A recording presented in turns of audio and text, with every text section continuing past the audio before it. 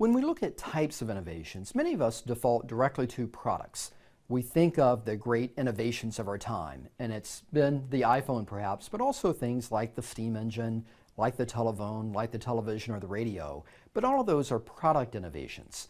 And you may have a product innovation in mind that you want to launch your venture based on, and that works. But there are also a number of different types of innovations that are also very fertile ground for starting new ventures.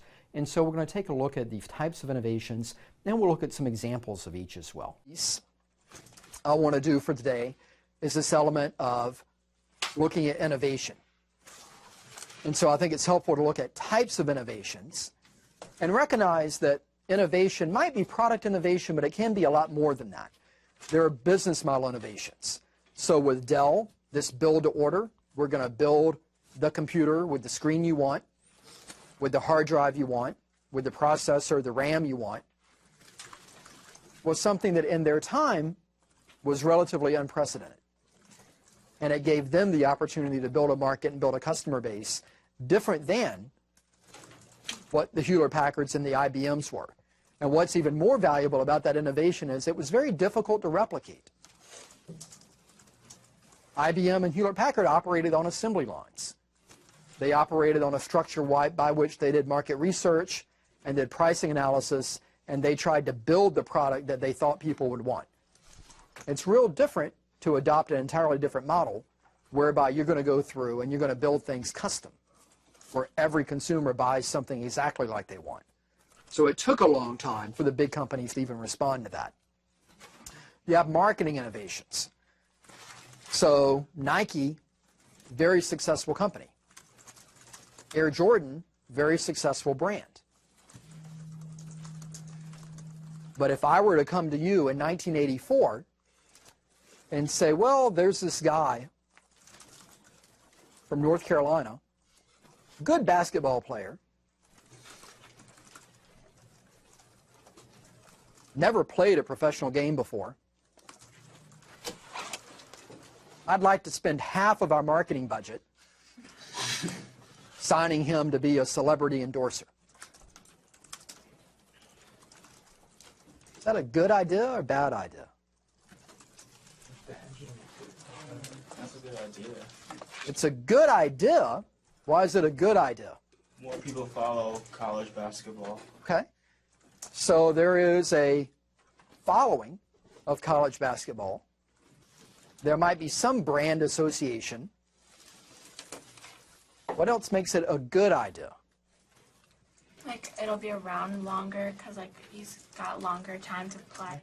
Provided that he doesn't get hurt, Yeah. provided that he's any good at the professional level, we're able to sign him early, sign him for a longer contract, and arguably sign him before Adidas or somebody else tries to sign him. So we kind of get in on the ground floor, so to speak. So there's some element of, again, an existing following to some extent and getting in early. Why is it a bad idea? Very, very high risk. Why is it high risk? Because he could get injured, he could not, he could stop being as good, I guess, or other players could be a lot better than him. Okay. Could get injured. So my uncle was the all-time leading rusher at Wake Forest University, running back. Got signed by the Atlanta Falcons. Knee injury in training, never played a professional game. So in that way, it's not uncommon for athletes to get injured, and to get injured early, and to never play professionally, and or not play nearly as long as people thought they could. So we have a high risk of injury. What else are we risking? Well, they might just not be good also. Might just not be good. Like Jamarcus Russell, I mean. Lot of great college players just don't get it done at the professional level. And when you look at the ratios of how many people play your sport in college versus pro, it's almost a 1 in 100. So you could be the best out of 100, but then when you get and step up, you are in a much bigger competitive pool, and you might not be as good as people thought you were. have that person make a mistake or something like that. Okay. To them or something like Right. So in that way, again, are they going to, by lifestyle choices, diminish your brand, lose their audience, etc.? So there's a lot of risk inherent. And two, as a company, on the company side, Nike, half of their marketing budget is a lot of money. And they were still pretty young in the early 80s. But still, as a startup, half of your marketing budget is a lot of money. And you could do a lot of other things with that. You could do the celebrity endorsement with somebody else. You could just advertise the brand, advertise the product, the features, things of that nature.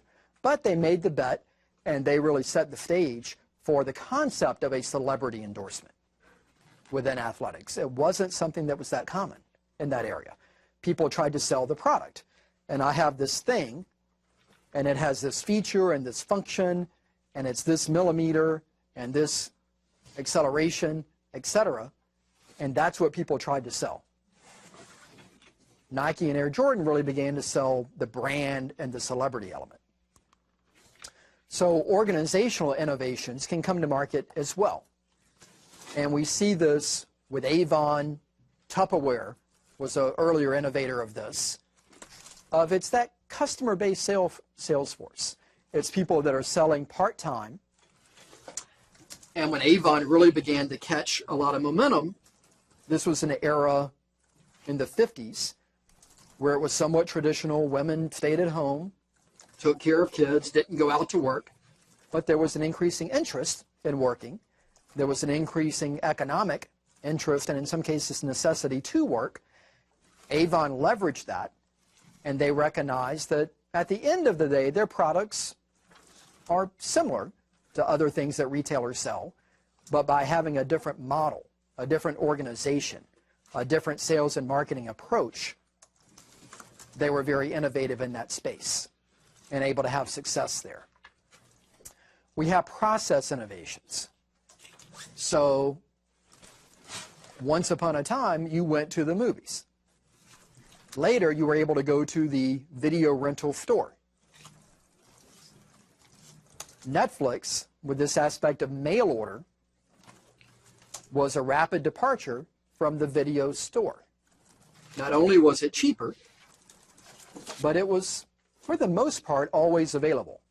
You could more or less get what you wanted when you want it, have it sent directly to you, watch it, keep it a day, keep it a week. There were no added fees for keeping it longer. The pricing model was based on how many movies you checked out simultaneously, not how many nights did you have that rental.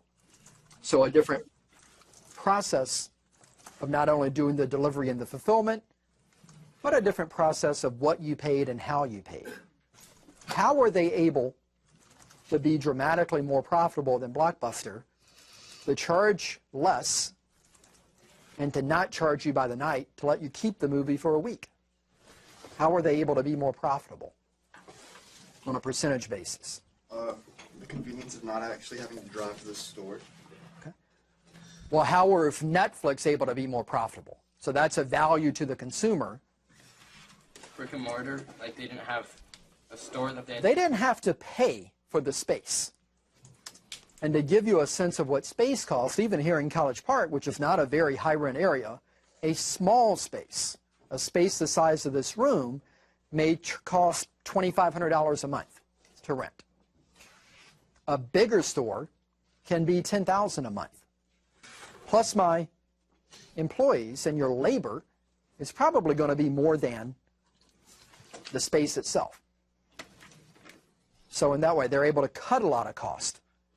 They don't add a lot of value.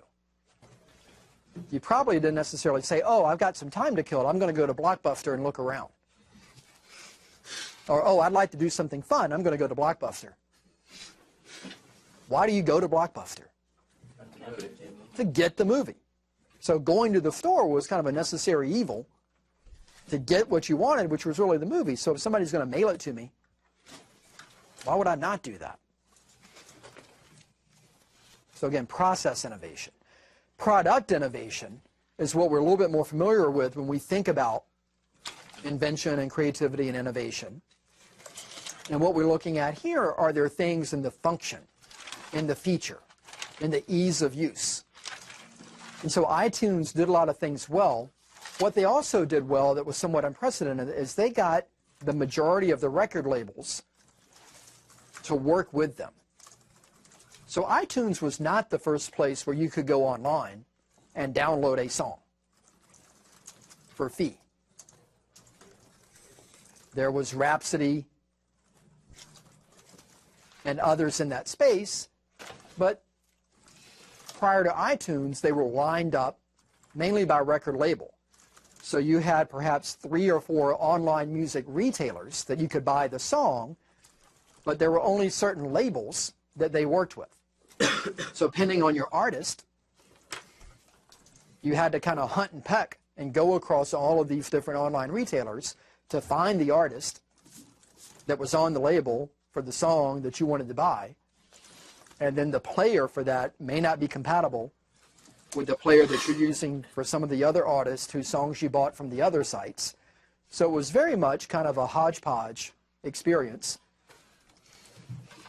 And price points were different. Whereas with iTunes, again, single platform. For the most part, all labels represented. Common price point. Ease of usability with my hardware. And very much, again, reinvented that space. Has anybody used Zipcar before? Been in a Zipcar? Yes. Okay, what's a Zipcar? Like you rent. Okay, Zipcar is a car rental company. What's different versus Enterprise, Avis, Hertz? They can be like parked anywhere in the city. They are distributed. If I want to rent from Avis, I go to the airport, or I go to an Avis storefront where they have cars in the lot. Zipcar may be outside of your office building, maybe outside of your apartment complex. There are a few here on campus. So they park 2 or 3 cars here, 2 or 3 cars there. Why is that not only ingenious, but just simply logical for people that want to rent cars? And you don't have to go anywhere to get the car. Right. I need a rental car. I don't have a car. How do I get to the rental car agency if I don't have a car? Shuttle buses. So in that way, again, it makes sense. Well, let's bring the cars to where the people are that need the cars. And so they've developed agreements with the universities and apartments and landlords and other agencies to have the cars distributed widely. How do you get in the car? You don't just walk up and help yourself. You have like a card, and you, Okay. I guess you pay for it online or something. Okay. You register online, you get a swipe card of sorts, and so that gives you controlled access to the car. What about damage? Can I just crank this thing up and go for a joyride, tear it apart, drop it off? Insurance. Yeah, insurance for that. Okay, so insurance is part of the fee. So in that way, when you are a Zipcar member, you pay that fee and you get insurance. But still, Zipcar doesn't want me out crashing cars. You have to be a certain age to rent the car. Certain age, even at my age, they don't want me out crashing cars. So what do you do? I have a question. Okay, well, let's stick with the first theme, and then I'll come back. So what would you do? And again, all of these companies you should be thinking about, if I were the founder, if I were the CEO, what would you do to help manage this element of damage? Charge you for the expenses. Okay, so you would charge for damage, but how do you know, as the company, who did the damage? Like, they should be like, if it goes to like a shop or something, there should be like, I don't know, something that's sent, like an email or something, saying that this car was totaled. Okay, so if it goes to a shop, but again, I'm not going to crash a car and take it to the shop. I'm going to put it back in the spot where I picked it up from. What do you think? How would you remedy this? Like an electronic log. Okay, Last person to use it, basically. and that's what they do. It's essentially that when you pick the car up, you take ownership of it in its current condition, and if there are any dents and scratches or damage, then you acknowledge that to Zipcar before you take the car. So they have this control system in place where you essentially monitor the product itself. Now, they may periodically send people out to vacuum the car, to wash the car, and they do that with some frequency. But in addition to that, they built part of their service innovation in is how do we manage risk, and they're using their customer base to help do part of that. So, question on Zipcar or question on service? Yeah. I don't like understand. How do you know if someone's not driving like the car? Like if I saw a Zipcar and I had like a little pass, like I don't understand the concept. The element of essentially is that you can, I believe you can go online and find where a car is available. Oh. And that through a variety of GPS and swipe card access and other things, they're able to kind of digitally place what's available, what's not available, who did what when, and that way you can pick it up in one location and drop it off in a different location. Supply chain is another area where you're seeing a lot of innovation. A big piece of this is really kind of disintermediating the normal way of doing things. And we're seeing an increasing number of students that are using a service called Alibaba, which is a web-based supplier for almost anything you can think of. So in that way, they're able to source a variety of things. We have one team that's developing a watch. They retail this watch, and they've done some custom branding and some other things with it, for $20. How much do they pay their manufacturer for this watch? What do you think? Like $5 or $10. Like one. And it's not uncommon that when you think of the manufactured cost of most products, it might only be 10 or 20% of the total cost. But it is uncommon that we as entrepreneurs have been able to find those manufacturers. If you go into Target, you go into Walmart, pick anything in the store, the cost to manufacture it might have only been 10 or 20% of the retail price. So again, that's not novel or new information. But what's novel, again, is that with Alibaba and some of these other online providers, it begins to provide a platform for small businesses and entrepreneurs to find the manufacturers where they can make these connections, and as a small business, get those same pricing advantages that big companies have been able to secure for a long time. And so I wanted to finish out and take a look at a couple of products that did not work. So this is a product called the Apple Newton. Apple Newton was available August 1993. It was large. So the iPhone is beside it to give you a sense of scale. And this is the Newton. 1993, pre-Wi-Fi, pre-3G, pre-distributed internet, pre-internet period for most people, was not a phone. What do you think you could do with this thing? Type stuff like. You could type stuff, not Word documents. So it had no interoperability with any kind of PC-related software. Okay. What could you do with it? He has an address book. Address book. Okay. Were you able to message people with other addresses? No messaging, no connecting with anybody else. You could call them from your different device. You could call them from a payphone, but you would at least know their number because it was in your Newton. Yep. The same characteristics as like a PDA. It was PDA-like. So what are some PDA features that come to mind for you? Like an address book, almost like a Address book, calculator. calculator. We have a calculator. You could keep track of like things to do, like a to-do list. To-do list. And you see a little bit of that. You know, here's your address book. Here's your to-do list. Calendar. Calendar. Had a calendar. Have like an audio recording thing. No audio, no MP3, no digital music. They have a touchscreen? Kind of. You did have the stylus here. So with the stylus, that's what you use to interface with the device. Notes. Notes. Notepad. Who is the customer? Business owners that need contact info, that need a calendar, that need a portable to-do list. Mainly people who are on the road. People that travel, that may not have their calendar and their appointment list and their Rolodex. People know what a Rolodex is? Yeah.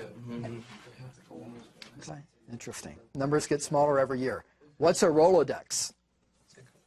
It's like a, it's like an address book, but it's like on a, it's like like twirls up and down. It's on like Okay. Yeah. It's essentially a note cards that are inserted into a wheel, much like a Ferris wheel, and you spin it until you get to the person's name that you're looking for, and it's typically done in alphabetical order. My grandmother still uses one. So you say your grandmother has one? Okay. So in that way, again, versus a Rolodex, which might be yay big, this is a pretty good deal. Versus a phone book, this is a pretty good deal. Now, a calculator, I could probably buy cheaper and smaller calculators, but if I'm going to carry it anyway, to have a calculator makes sense. $700, $1993. Oh, that's a lot of money. So when you do time value of money, you're at arguably 2.5 times that. So in our dollars, about $2,000. That's a lot of money. A lot of money. But this is Apple. You see this logo? I mean, that means it's going to automatically sell, right? Nah. Not at that point. Really not. That's old school logo. Yeah. So even big companies try things that don't work. But if you can say, hey, I've got this thing, it's for the traveler, it's for the businessman and woman on the road, it replaces their Rolodex, it's a to-do list, it's a calendar. It's big, it's expensive, and there were other things coming to market at the same time. Handspring was a big player at that time. And they had a comparable, cheaper, arguably better, and smaller device that did the job. So we've talked about Dell a little bit, and Dell released an inventive laptop a few years ago that was meant to fit between a portable laptop and a desktop. Something that truly did both. What's the problem with most of your laptops that might make you prefer to use a desktop on occasion? They're small to contain like a lot of CPU, RAM, and Okay. There's an element of RAM, processor, hard drive historically that were a challenge, that with a desktop you can fit more in there and have some bigger pieces. What else? Battery power. Battery power. Okay. Yep. I'm going to go this way. Depending on where you are, like wireless internet. Okay. I drop mine a lot. Okay. So durability, Yeah. the screen size. screen size. I have 20 inches on this one. 20.1 inches. Big battery. A lot of high-end processing capability. Durable. Rugged.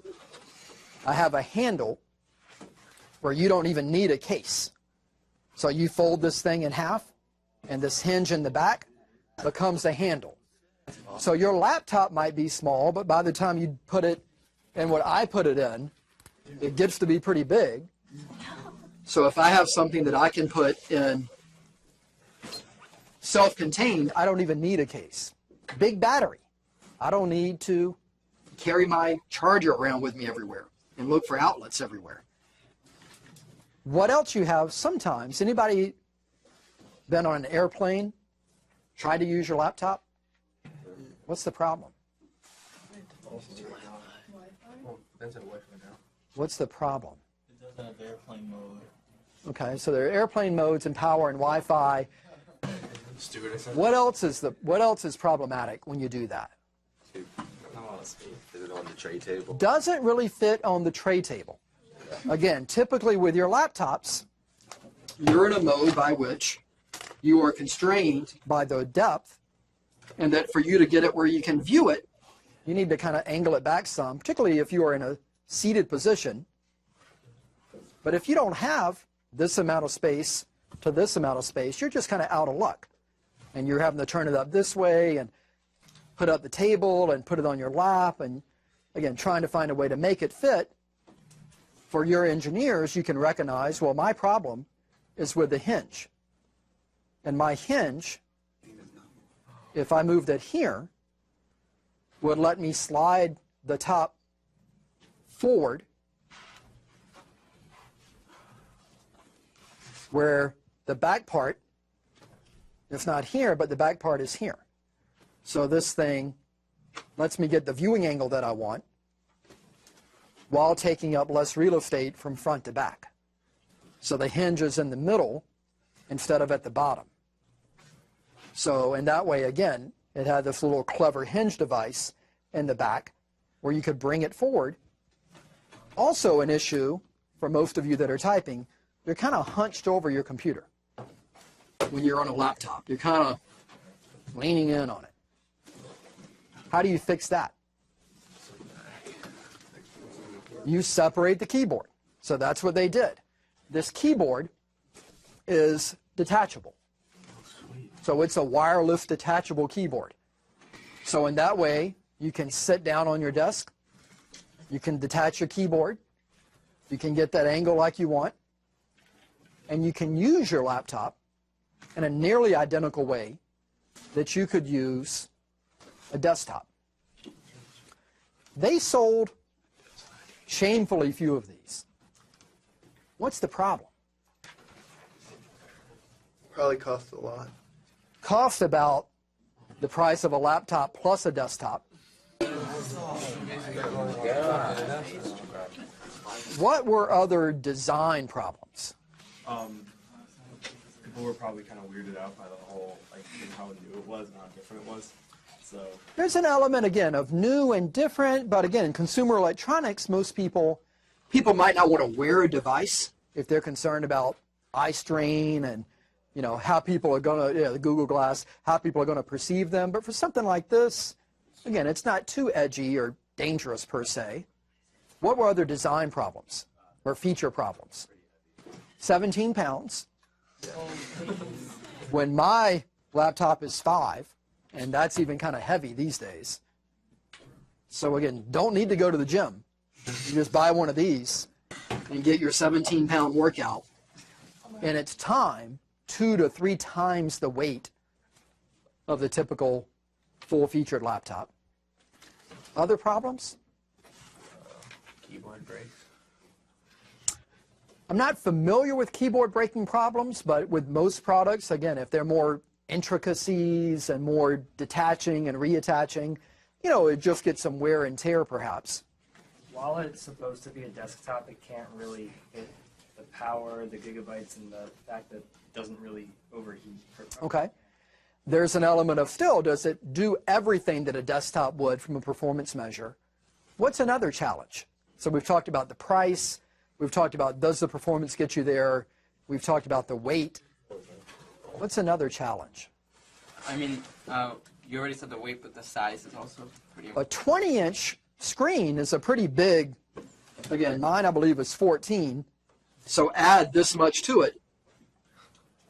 So if you have something that's this much wider and this much longer, it's almost like carrying a framed picture around. You know, it's a pretty big thing. It's a piece of luggage. That if you are a traveler, 17 pounds and this big, if you take it onto the airplane with you, yeah, it might do well here, but it's not going to fit underneath the seat in front of you. You could put it up top, but again, it doesn't have a bag, and I could use this handle, but I probably still want a bag because I don't want to get it all scratched and scuffed up, or something gets spilled on it and damage it. So I'm probably going to put this monstrous thing in a bag anyway. So again, usability is a question. Also, with usability, how to use the CD player, like in the middle. I see like the little zoom up of it. Yep. It looks like it pops out of the middle, which is not very, like, it's more going back to the retro old CD players versus the new pop-out CD players, which people would be more used to at the time. Okay. So again, just the feature function, sometimes we get stuck and we're trying to do too much.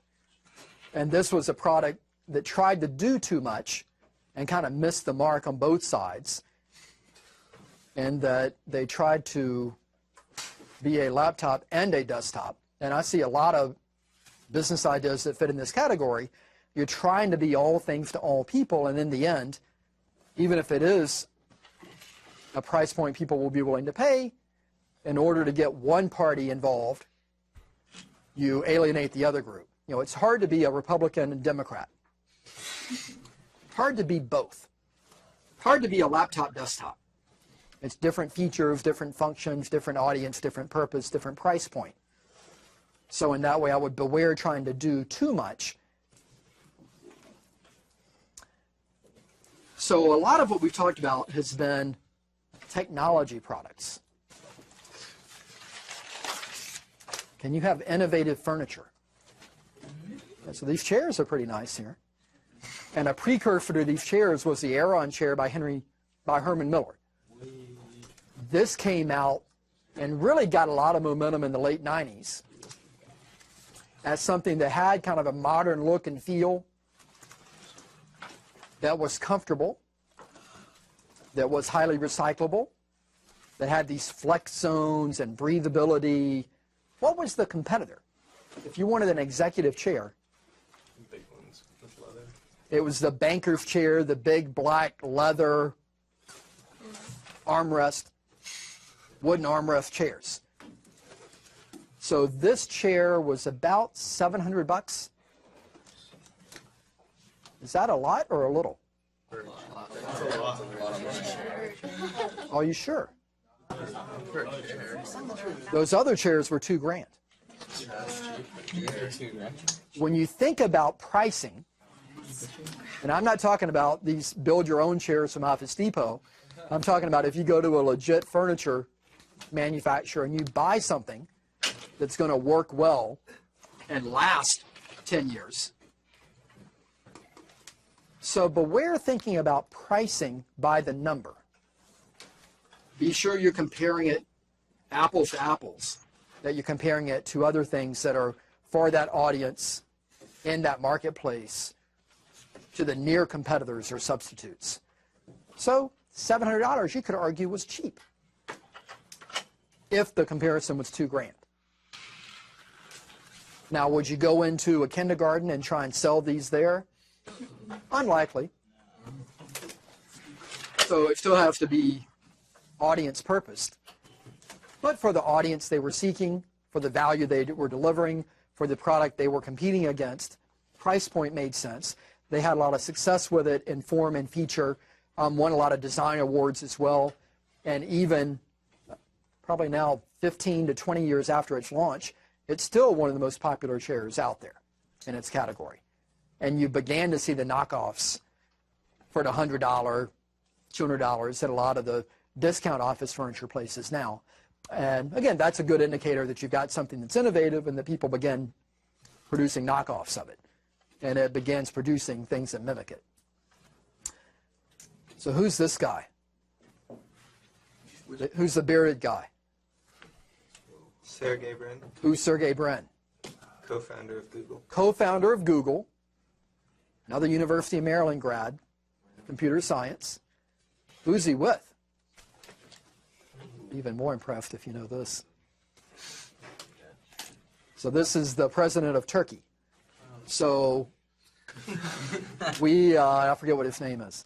So I was at Google last spring, and I saw these guys walking around. Then I take my little iPhone pic, and he's got this thing on his face Google Glass. that now we know is Google Glass. And you can kind of see it. Again, this is a side shot. I thought it was kind of inappropriate to interrupt him for a picture. But this is Google Glass. And that was in case you didn't know who he was. So when you think about your innovations, we've talked about business model innovations, marketing innovations, product and service innovations, supply chain, and a host of others. So give some consideration to the type of innovation that your idea might fit within, or it may fit within multiple of these different types. And with that, once you have a feel for where you fit with that, you can think about how to bring that to market and what the next steps are.